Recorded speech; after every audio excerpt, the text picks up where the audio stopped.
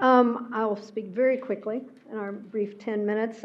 Stephanie Covington. I'm from more southern part of California, and I co-direct the Institute for Relational Development and the Center for Gender and Justice.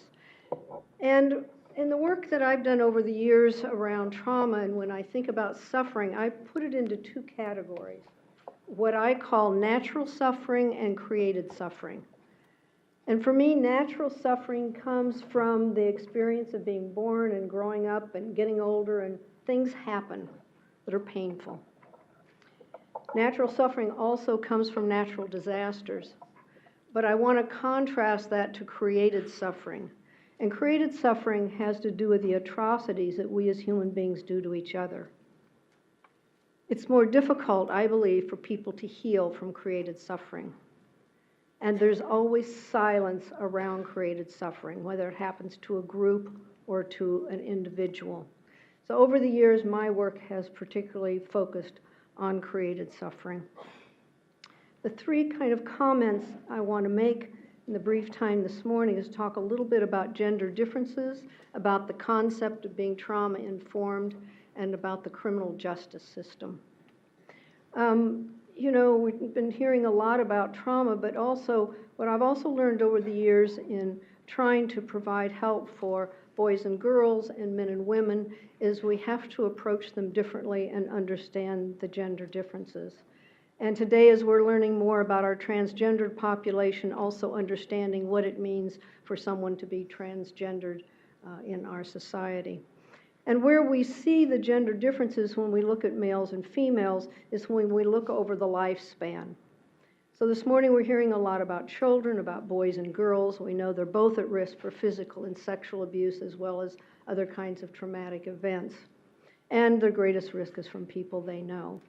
But if we begin to see a difference when we move into adolescence, in teenage years for a boy, if he's a young man of color, if he's gay, if he belongs to a gang, his risk for harm actually comes from people who dislike him.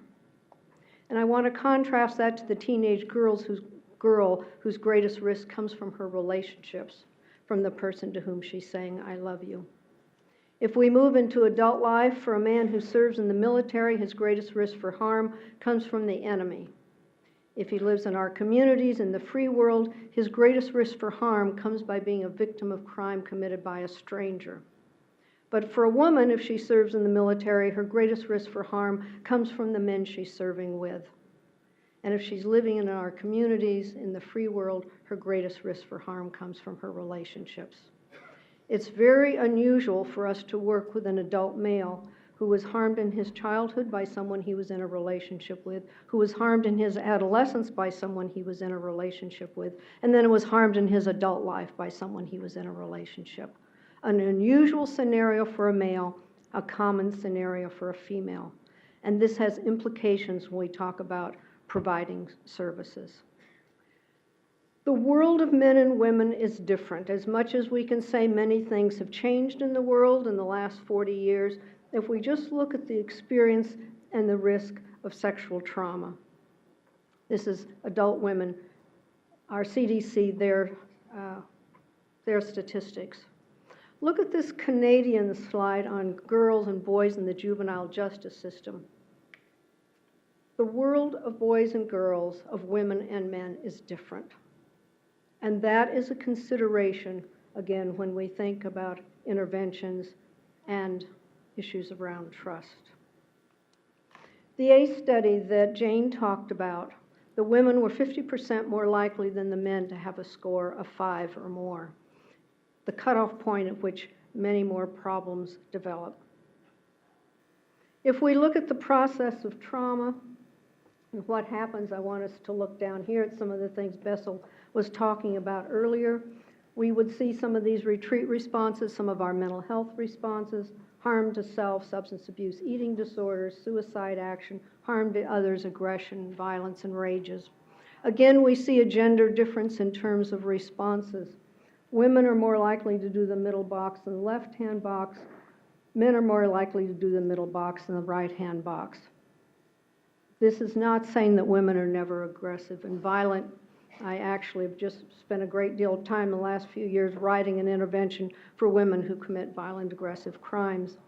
But as a generalization, we have different kinds of responses, and our standard operating procedures have no impact. Anger management, as Bessel was saying, does not help over here. Substance abuse treatment that doesn't deal with trauma is not as effective. Mental health interventions that do not deal with trauma, not as effective. The other thing is when we look at addiction and we talk about attachments, it's important to understand that actually addiction is an attachment.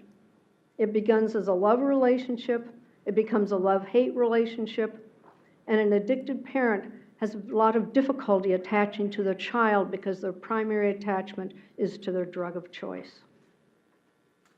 I won't talk about parenting, you're going to hear a lot about that.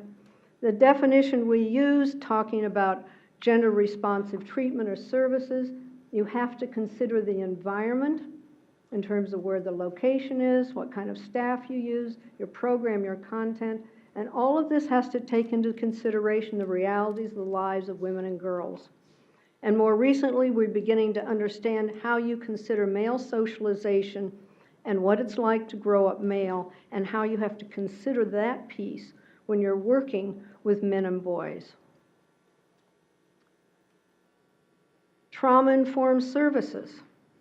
Because we're all acknowledging, finally, the amount of violence, because ultimately that's what we're talking about, the amount of violence in our society, we realize now that all services need to become trauma-informed. My best example of this is my dentist. Okay? I know when I say I'm not talking, trauma-specific is trauma treatment. Trauma-informed is how we do business. My dentist today, there are TVs in the ceiling so that people can listen to music or watch television. Everyone's told if they're ever anxious in the dental chair, they can get up and walk around. People do breathing exercises before the heavy plate is put on before an x-ray. Okay? Because she realized there are triggers, which are sight, sound, smells, in the dental office that make it difficult for trauma survivors to often get dental care. So I often say to people, if my dentist can do it, can our school system do it? Can our substance abuse providers do it? Can our mental health services do it? Can primary health care do it? Yes, of course, if there's a willingness. Basic 5 core values to trauma-informed services. They all look simple. First one on there, safety, which you've heard about over and over again. These look simple. It's not so easy for people to get these incorporated because it is a shift from not doing business as usual, for not providing services in the way we keep doing it, thinking about doing it differently. What is the goal? I believe the goal is to bring the word care back into our services of care, to the places where people come to get assistance. Can it feel like a sanctuary? Can it feel like a place of refuge? And then there's the criminal justice system. Is there any system more appalling in our society than this one, where the people, the boys and the girls in the juvenile justice system and the men and women who go into the system come out worse than when they went in? And we as a society need to own that. Thank you very much.